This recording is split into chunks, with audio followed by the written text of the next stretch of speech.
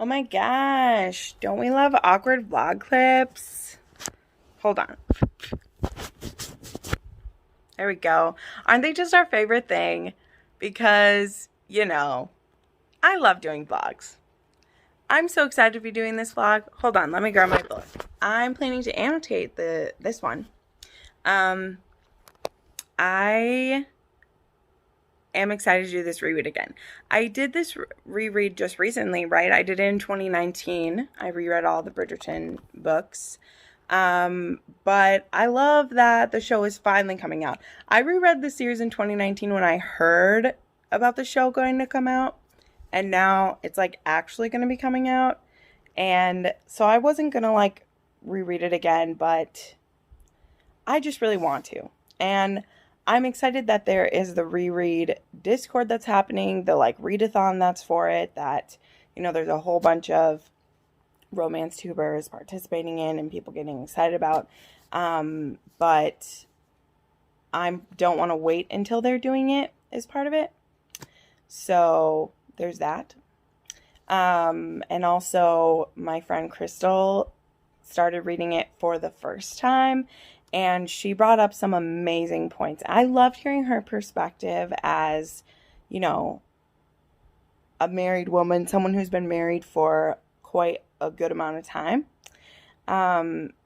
Because I always loved the series, especially the first one. Like, I loved The Duke and I.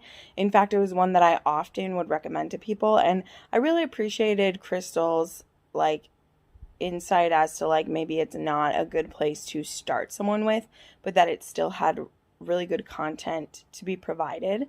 And so I just really like that. I really loved her discussion on it. If you haven't watched Crystal's video yet, I will link it down below. As I probably said in like the beginning of this video, you'll know whether there's just The Duke and I or whether I moved on to some of the other ones. I kind of want this to be like one major like long vlog where I read either all of them or half of them. I don't know. It really depends on how much I have to say about each book, whether I, how many parts that it gets split into or not. But I'm really excited to do this. I'm planning to annotate them all this time through as well, and just really enjoy this reread this time. It's going to be so much fun, especially because so many more people have eyes on it now and are excited. So I'm just a little ways in already. I'm about to start chapter 2, and I already have taken so many notes. I love the prologue of this series. I love that you're set up to care about Simon so deeply right away. And it makes a lot of things that come next really frustrating, because you know why he's reacting the way that he is, but you also want him to be loved so much. So when he fucks around with it, when he messes it up, it hurts you even more because you just want him to be happy. And you're like, boo, you're going about it the wrong way to make yourself happy. Like, you're not going to make yourself happy this way. So that's what's the hardest about it, is that she does such a good job of instantly giving you a picture of this man's heart and the things that have hurt him, and you literally see the soft, gooey child inside of him, this precious baby boy who just needed to be loved, and a father who, like, because of a defect was spurned. And it is heartbreaking, it's tragic, and his father is an asshole. And yeah, we love Simon. So that's enough of that. I'm going to go back to my beautiful Bridgertons, and it's going to be so much fun. I'm so excited. Hello. So here for an update about The Duke and I. So I'm on page 82, and that is in chapter 4. And I'm loving it. I am literally taking notes on like every single page. I love Simon and Daphne both individually and together so much. I forgot what their meet cute was, which is when Nigel is trying to convince slash like cajole Daphne into marrying him because he thinks no one else will marry him if she won't.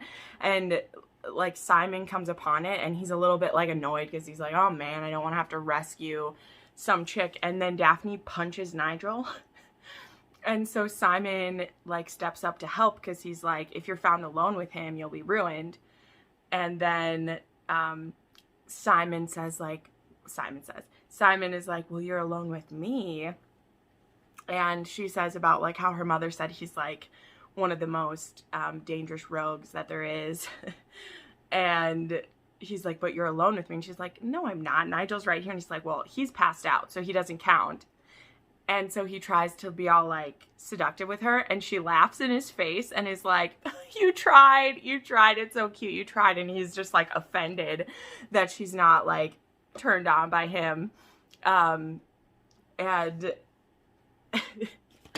and then she's like, well, I have 4 brothers, so I've seen it all, and you're just not, you don't impress me much, basically. Oh, got some in my eye.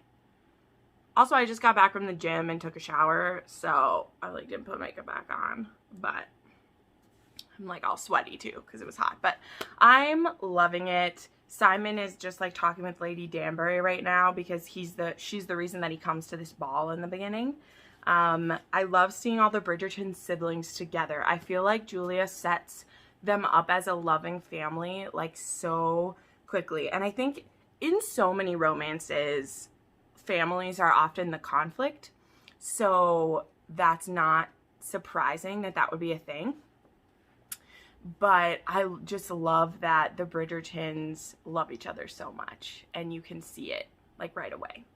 So I'm really liking it. I also decided, since this is vlog style and like unboxings don't really do great on their own, but I did get my October box for Reveal Book Box, so I'm gonna go ahead and just open that here. If you don't know about Reveal Book Box, it is a book box that is specific for like indie romances. So you can go to my link in the description. This is a link anyone can have, so I'm not like sponsored by them or anything. And I've had a few people click my link before, and once you get 3 people to use your link, you get a free month's worth. So if you're interested in checking it out, it would help me out to get a free, you know, get more books for me and everything. But what's great about them is you can pick the tropes that you like, and then they have a lot of authors that they spotlight and work with, and sometimes there's super good ones in there. And I mean, they're all good, but sometimes they're new releases, sometimes they're older ones that fit the trope that you mentioned. But I've had a few that I've really liked and others that I just haven't got to yet, but I like ordering it to support the authors and the book box. So anyway, my link will be in the description for that if you want to check it out. You can order 1, 2, 4, or 6 books in a box, and I stick with the 4. So let's see what I got in here. Ooh, this is a really pretty bookmark. So this was A Cruel Love by S.M. Moto. I actually love the bookmarks that come in because they're for like different books. This one says Crazy Maybe, this beautiful tatted girl. I just like the romance ones. This is an entire postcard about the Quick Snap novella. These look like sports ones. That's cool. I've never heard of... Oh, there are a bunch of different authors. So this is like an anthology of them. Ooh, here's a cozy. I like my coffee and my Reveal book box. Books hot. So that's cool. We got a little cozy here. It's a little bit of a cheapo one, so I don't like use those too much, but let's see what else we got. Ooh, we got a magnet. I'm excited about this because now I have my book cart and I can put these on there. This is like the book cover, but in magnet form, and so it's for Just 10 Seconds by Janine Colette. Never heard of that one before. Then we got a little candle. There's a little candle in like every one of these so far. This is a soy candle from Candle Crest, and it says you can save 20% on an order over $30. I love candles, so maybe I'll check them out. This says Twisted Fox series by Charity Farrell. This little button. And then, ooh, there's some little candies in here, not important. Oh boy, this is kind of awkward. There is Follow Me Darkly by Helen Hart. So I actually just bought this book So good on them, because like they picked a book that I would buy. This hasn't happened to me yet. This is the third one I've had. Because this one is by Entangled. So this one I wouldn't consider so much in like indie. But yeah, this I know is like a BDSM one with like a billionaire. You know, it's kind of that classic, but it's really beautiful. But yeah, literally my copy is sitting right over there. So maybe I will do a giveaway for this one or something. That's cool. Then we have Healing Scars by Audrey Ravine. Ooh, I love tatted boys. That's so pretty. This is about a girl named Tyler. That always annoys me. And Zach Jacobs, who is a veterinarian who has PTSD from being hurt in the army. Ooh, this sounds good. I like a lot of those things. Oh yeah, also all of these are signed, I believe. So I will probably keep this one since it's a signed one. That's always fun. So that's cute. Like I said, I'm not doing like a full review of all of these just because. This one says Dare to Tempt by Carly Phillips. Oh, cool. I used to read a lot of Carly Phillips when I was younger because she had a bunch of like mass market paperbacks. And I guess now maybe she's more indie. So this one's book 2 in the Dare Nation. So I'll have to check that one out. This one's cool because it's like actually signed in the book. That's fun too when it's actually the book and not like sent. But this one says, he's a smooth-talking jock in trouble. She's the solution to his problems. Love is the last thing they expect to find. Okay, so this one is, he's a quarterback. That's cool. I wouldn't have thought this was a sports romance. And this is Damon and Evie. And Evie is... like, is she his therapist or what? Oh, she's a private investigator. Okay, so there's like crime and sports involved. And he's accused of taking steroids and she's investigating him. That's kind of cool. I love the couple on this cover, man. She's like wearing his shirt. I've started following some authors on, or not authors, but some book photographers on TikTok. And that's pretty fun. All right. And then this one we have is Dating Games by T.K. Lee. This one is number 1 in a series. That's good. I like when I get the first ones, obviously. Okay, and this one is a billionaire fake relationship. So that's cool. Look at that cover. Yeah, I pick so many tropes in mine too. Like, yeah, I do pick billionaires and sports romance and BDSM, and like doctor and military. So like all of these really fit into that. So I'm really excited. I had obviously have heard of this one because I bought it. It's nice to have an autographed copy. So maybe I'll do a giveaway for the other one, or I'll put it in one of my, I'm kind of planning a book giveaway for when I hit my next milestone. So that could be one that I'll maybe include in it. And then, ooh, there was one more. There was a pen in here, which says Parker Kincaid on it. I do like, it's like a rose gold, which is cool, but it's just kind of a boring pen. So there we go. That is everything in this clip. I will be checking back in once I read some more Julia Quinn. I'm really in a historical romance brain right now, so I plan to dive into that and finish it soon. But I love these. These look absolutely awesome. I'm super excited. So I'll check back in soon. Hello. Checking in for a clip here. I am just at page 100. I'm in chapter 4, I think. 5, in chapter 5. And I just got to the part where Simon proposes the deal. So he tells Daphne he'll pretend that he's interested in her so that she doesn't have to so that he doesn't have to keep meeting other women. And she will get other gentlemen interested in her because gentlemen want what they can't have. So that was Simon's idea. I am having a great time.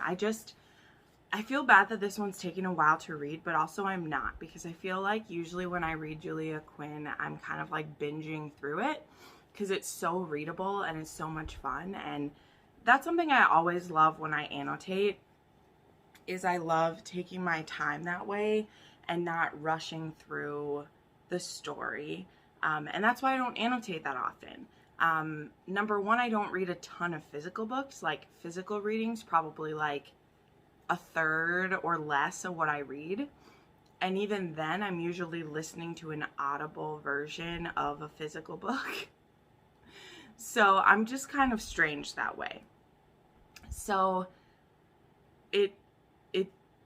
I'm always kind of doing something else. So I don't always pick up the physical book. So this book is just kind of my side piece while I'm doing other things.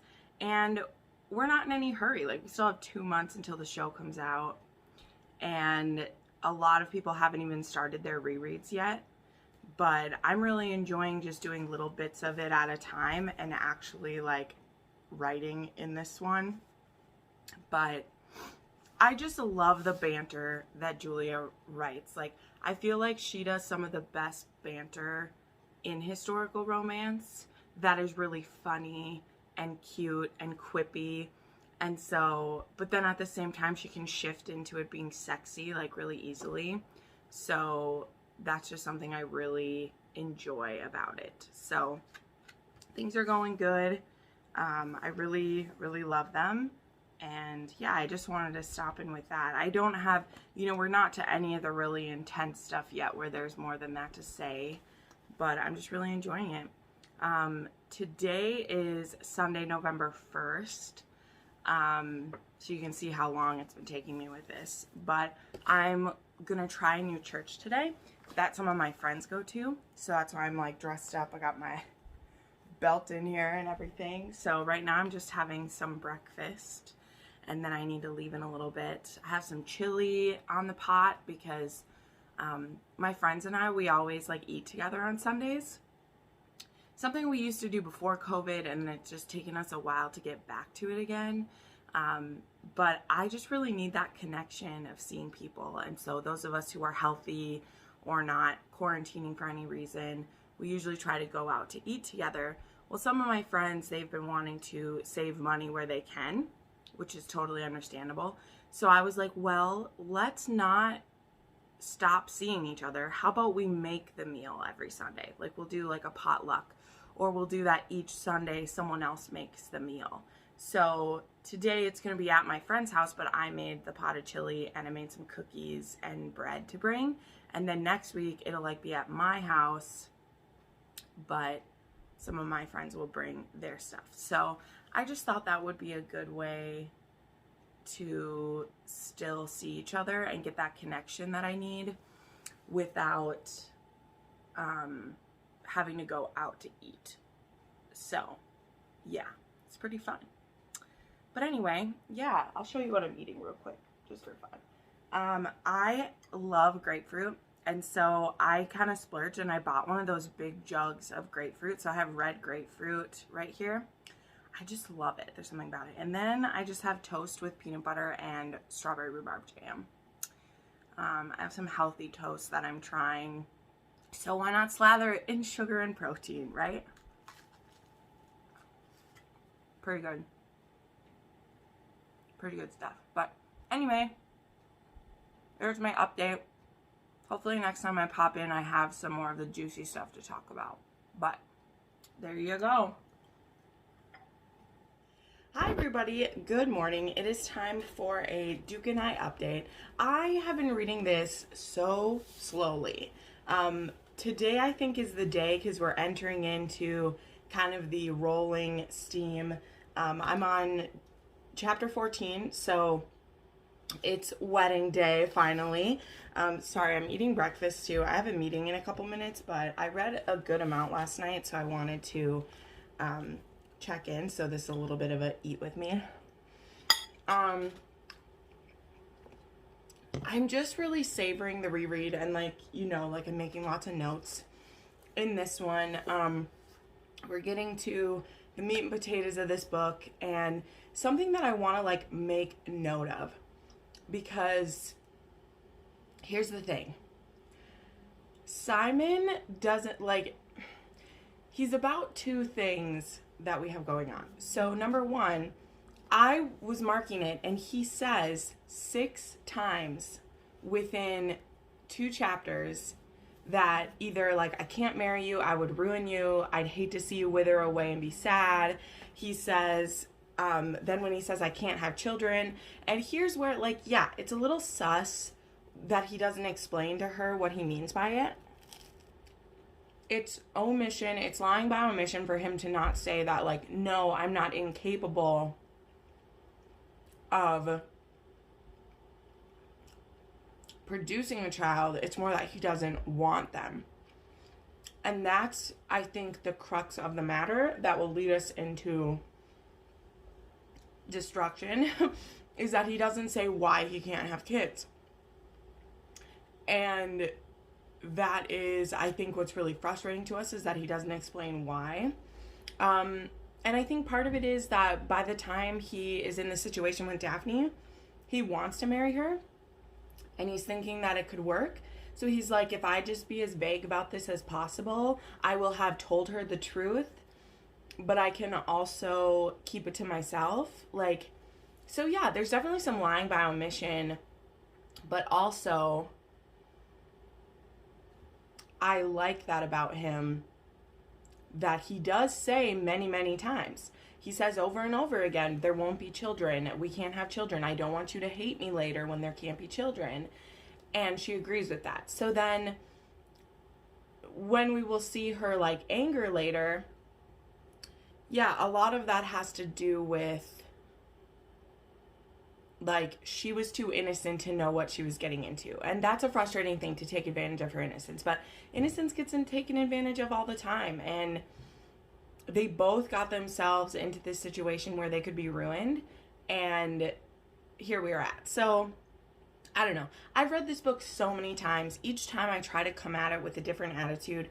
I really appreciated seeing Crystal's vlog. She's the first person I've seen read it for the first time in a while.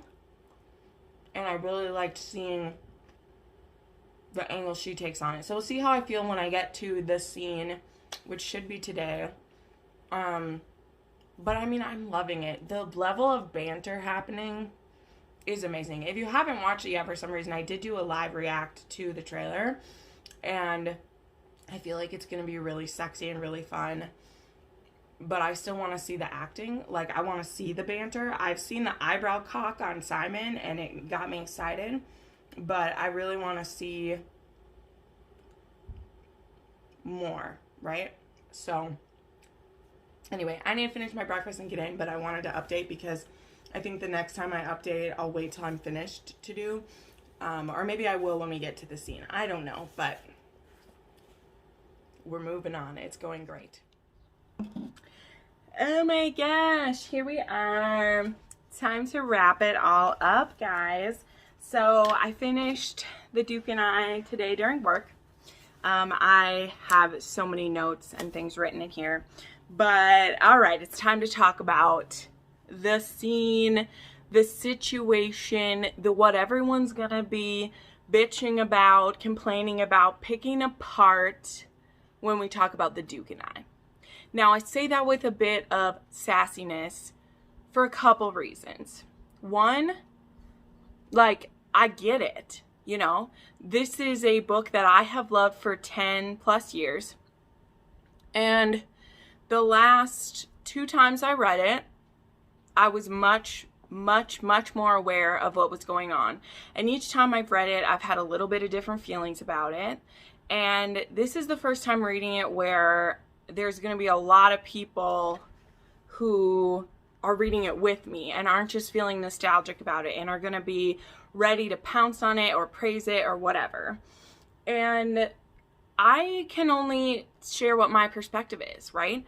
And my feeling about this book is that this time around, this book was more of a 4-star for me.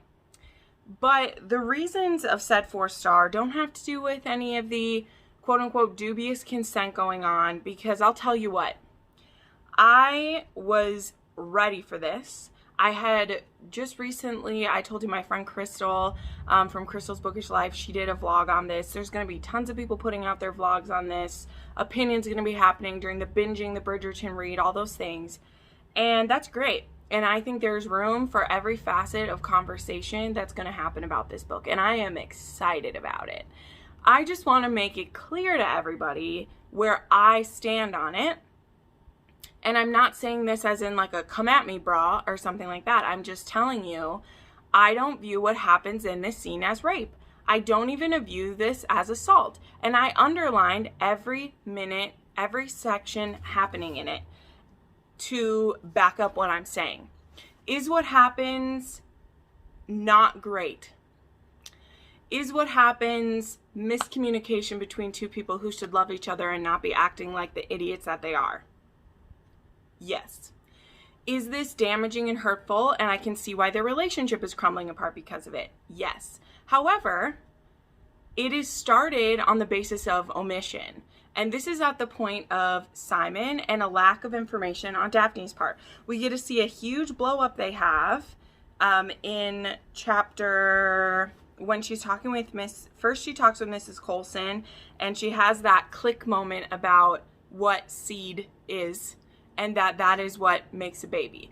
And I was just messaging with Crystal while I was reading it, and I was like, is this a plot device that Daphne is so innocent? And the answer is yes, it is.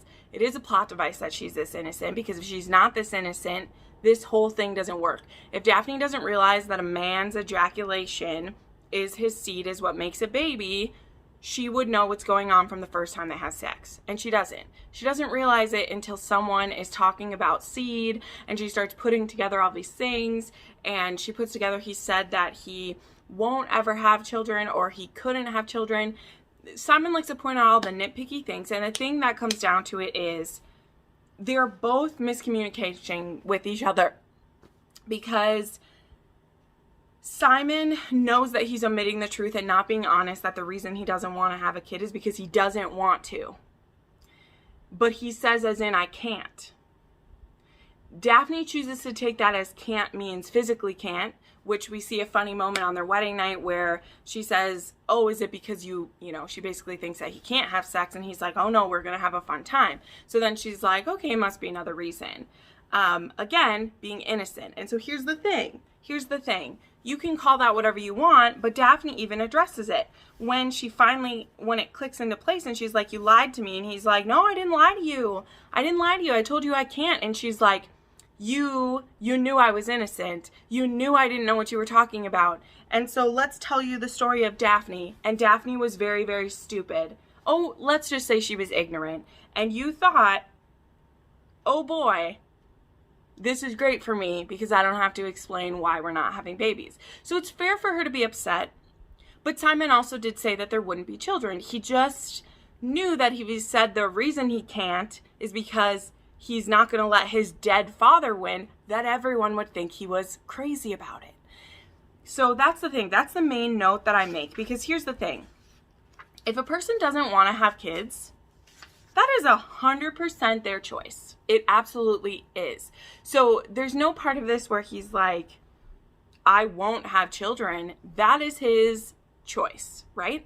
What isn't great is that he omits the reason why. And he throws it in her face like, I was willing to die rather than marry you because I didn't want to see you be unhappy. And he throws that out there. And Daphne's like, yes, but you were going to die that night because you were going to let my brother shoot you rather than tell me that you don't want to have children. You just were like, I can't ever have children. And those are two different reasons for her, right? Because if he can't have children and he's going to choose to withhold that from himself and from her, that is still his choice to do.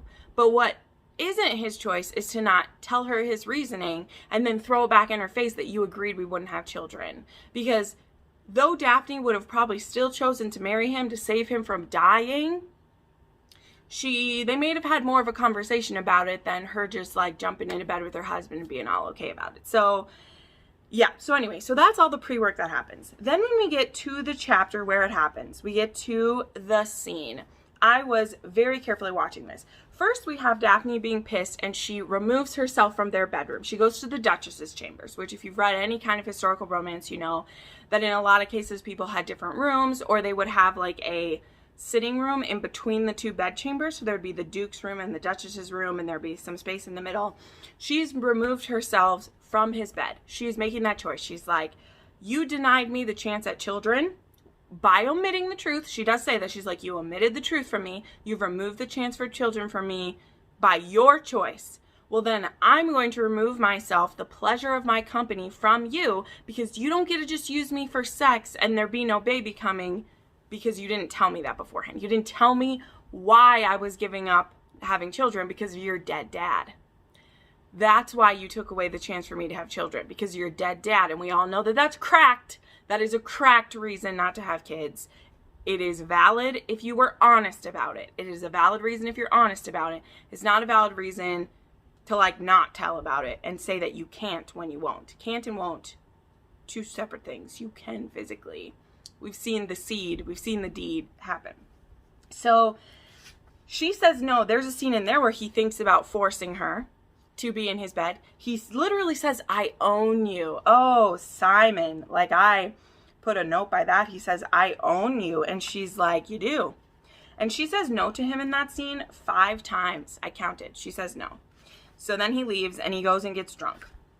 And he comes back and he's very, very drunk. So first off, starting this scene, in a modern day context, if your partner is so drunk that they can't consent, you shouldn't be doing it. All right? There is plenty of stuff, plenty of things we can talk about in that. Check out my video about consent. We're having great discussions about that. I personally believe, yes, you don't. However, when you're in a married relationship, one that maybe isn't having the kind of struggles that they are, but there are things that happen where you both want them to, one of you's drunk, you're both drunk, whatever. There's just a whole other thing that goes with that. But in the context of this, set in 1813, the time that it's set in the fact that Simon is pursuing her, comes into her room, is like, please don't make me sleep on my own. And she's like, okay, you can sleep her. He wakes up, he has a hard on. And she's like, oh my God, I didn't know that a guy could get a boner while he was sleeping, because Daphne's innocent as fuck, doesn't know that. And we have, where did I put my other sticky note? It flew out because I was so upset about it. She, blah, blah, blah, blah, blah. Sorry. She then is like, you know what? He really wants me, because he does. He starts rubbing up on her. He's touching her. She realizes that she could get what she wanted if she did it now, right? So she goes for it, right? She does go for it. But he says, leading up to this, he says, I need you. I need to be with you. He says, oh my gosh, it's feeling so good. Yes, he's under the influence and a little bit sleepy. But Daphne has this moment, and this is the moment that was the most like dangerous scene to me, because this is the dangerous part of the brain that really kind of bothered me more than anything else. And that's, she feels that the word says she felt an intoxicating surge of power. He was in her control, she realized. He was asleep. So she's acknowledging that he's asleep, and she's acknowledging that she has complete control over his body. That makes me uncomfortable more than a lot of the things that will come next, because she's deciding that. And she says she could have whatever she wanted. And I'm like, no, bitch. Daphne, you're being a bitch. No, you can't have whatever you want. You're going to take what you want. Those are two different things. If we were talking about a BDSM situation here, this could be fun, but not so much. So then he's still kind of sleepy here. He's like, Daphne, I feel so good. She starts giving him getting him aroused and more. But there is a point where he wakes up. And that is the point where he says, more, I want to watch you. So he is now awake, and she's noticing that he is going to ejaculate before she gets off. So she has gotten him worked up, 50 to 80% of it happening while he's asleep, which, not great, Bob. Like, it's not great, Daphne. We know this. This is a problematic chapter. We know that. But if we don't have problematic things in books, then what are we discussing? Do we just want to read perfect romances all the time? No, this is drama, okay? This is a thing.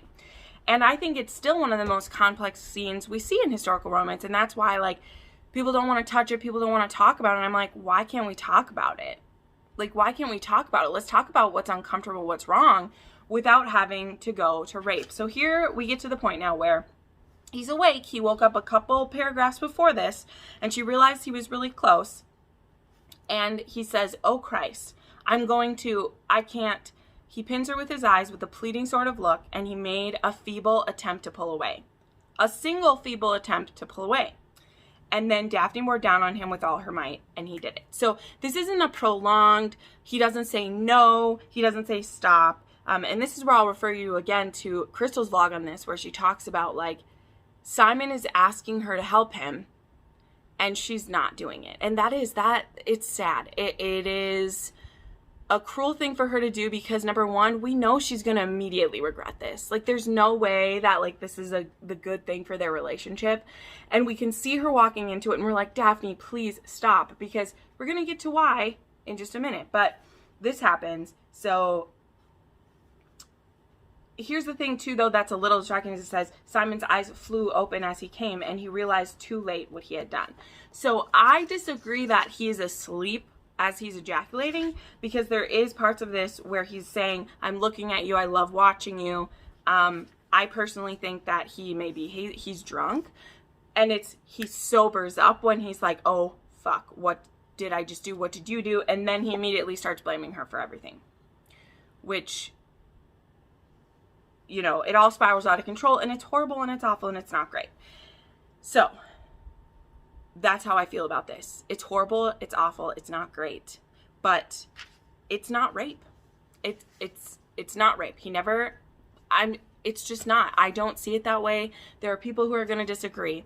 I'm not saying that it was a healthy or great way to make it happen, but he wakes up before, and he never says no all the way through. He only is then upset that he wasn't strong enough to do this, and she didn't help him. And it sucks. It's not great. It's the dark moment of the novel, okay? It's not great. It happens all the time in our books. And I'm not making light of it. And I fully appreciate all the conversations people want to have around it. And I'm sure we're going to see them happen in the coming month and a half, waiting for the show to come out. And I really look forward to see how the show chooses to handle it, and which side they choose to land on. If they take a side, or if they make me feel this complex rending that I feel for this relationship that started on unsolid ground, that started with a lie, between the two of them, and then a lie about them. And none of that's great. It's horrible. Because then when Daphne is away from him and they come back together again, all these points she brings up, Daphne just brings up point after point after point where she's like, you're letting your dad rule your life. I wish you'd talk to me about this. By not having a kid, you're hurting yourself. It's one thing if you don't want to have a kid because you don't want to have a kid, but do you not want to have a kid because your dad wanted you to have a kid? All of that stuff needed to be brought up before she woke him up for sex, right? All of that stuff needed to happen before. But we're people, and the thing that really did annoy me, I made a mark of this, is because when Simon's upset, we get a change in POV, right? It happens like mid-scene where he's saying, oh my God, you planned this. How could you do this? I don't agree that she planned this. This wasn't a premeditated attempt. He's the one who got drunk and came and crawled into bed with her and then started rubbing up on her in her sleep, okay? She made the choice to not let him pull out so easily. But besides, quote unquote, bearing down with all her might, she's not forcing him at any point in this. And he does wake up before it happens and just goes with it, and it's not great. So I resent the fact that it's like she planned this, when steps 1 through 8 were Simon putting himself in her place, and he's drunk and he put himself there, and then Daphne gets blamed for raping him at the end. Like, no, I'm sorry. No, it's awful and it's horrible. And I know I'm maybe being a little antagonistic about this, but if you want someone who's really compassionate and sweet about it, again, go watch Crystal. So there we go. I'm going to like wrap up this vlog about it. I think I have enough to make these individual. I don't know if I'm going to put the Viscount who loves me in this. I don't know yet. I have a lot of videos planned coming up, and maybe I'll save it and make this like an epic, like 2 video. I don't know what we'll do. We'll see. But I enjoyed my reread. I enjoyed annotating this. I love having my notes in it, and I see why this book makes people passionate, because this is a historical romance that has went pretty mainstream, and it will be by being made into a TV show. And so a lot of the things where we would talk about, like, I love Kerrigan Byrne and Jennifer Ashley, and they have a lot of controversial things that if that book was made mainstream, people would be bringing them up, right? And they would get the same kind of attention. But they don't, because they're not of the same level of popularity, of the same level of crossover that you get with The Duke and I. So I love all this conversation that gets brought up. And I'm really excited that people will be reading this whole series, because I think a lot of people read The Duke and I, and this is more dated than some of the other ones in the series. That's okay. I still love it. And though with where I'm at now, I would probably put this at a 4 out of 5 star just for some other aspects of it. It might just be because I know every step that happens in the book, and it just wasn't quite as fun this time because I was really trying to analyze it. This is still a 5 out of 5 to me for what it does and the discussions it brings up. If this book wasn't worth the discussions that are happening, they wouldn't be happening, and that's what I say. So thank you so much for watching this. I would love to know your opinions. Keep it nice. I know I get excited about it, but I want this to be a good conversation. I think we're going to have lots of great conversations about The Duke and I in the coming, and I'm just excited about it. So I talk about my friend Crystal a lot. We actually do have a historical romance book club together. It's called the Rake Appreciation Society. Simon definitely would fit into that. Go ahead and check out our Discord. I'll link it down below if you want to read historical romances with us. In November, we read / are reading All Scott and Bothered. I don't know what we're reading in December yet, but I do know that in January we will be reading some Julia Quinn that isn't as well known. I won't tell you which ones, but we're very excited to do that. So yeah, check us out. Thanks so much for watching, and have a great day. Bye.